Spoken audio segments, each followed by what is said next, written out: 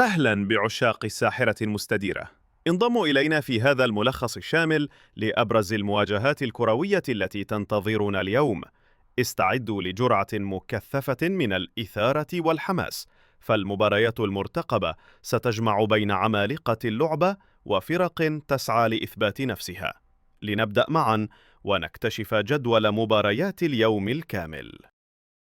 نبدأ بالمجموعة E، حيث تلتقي جورجيا ببلغاريا في الساعة 5 مساء.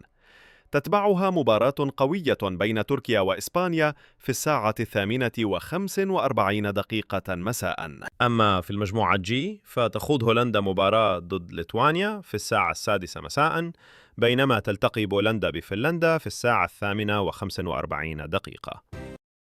وفي المجموعة A مواجهات منتظرة، حيث تواجه ألمانيا نظيرتها أيرلندا الشمالية في الساعة 8:45 مساء. وفي نفس التوقيت تلعب سلوفاكيا ضد لوكسمبورغ. ختاماً لمباريات كأس العالم، تتواجه منتخبات المجموعة جاي، حيث تلتقي ليختنشتاين بمقدونيا الشمالية في تمام الساعة 6 مساء.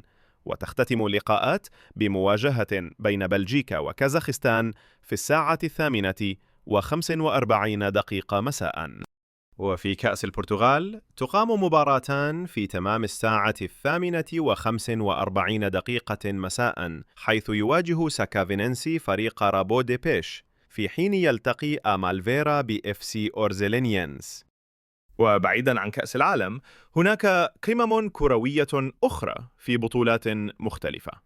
في الدوري الأمريكي MLS، يشهد فجر الأحد في تمام الساعة 2:30 صباحاً 3 مباريات في وقت واحد، يواجه فيها شيكاغو فاير نظيره نيو إنجلاند ريفولوشن، ولوس أنجلوس جالاكسي يلتقي برابو دي بيش، بينما يتواجه اف سي دالاس مع سانت لويس سيتي. أما في الدوري الفرنسي، فيلتقي أولمبيك مارسيليا وأولمبيك ليون في قمة كلاسيكية في الساعة 5:30 مساء. لا تنسوا الإعجاب بالفيديو والاشتراك في القناة ليصلكم كل جديد.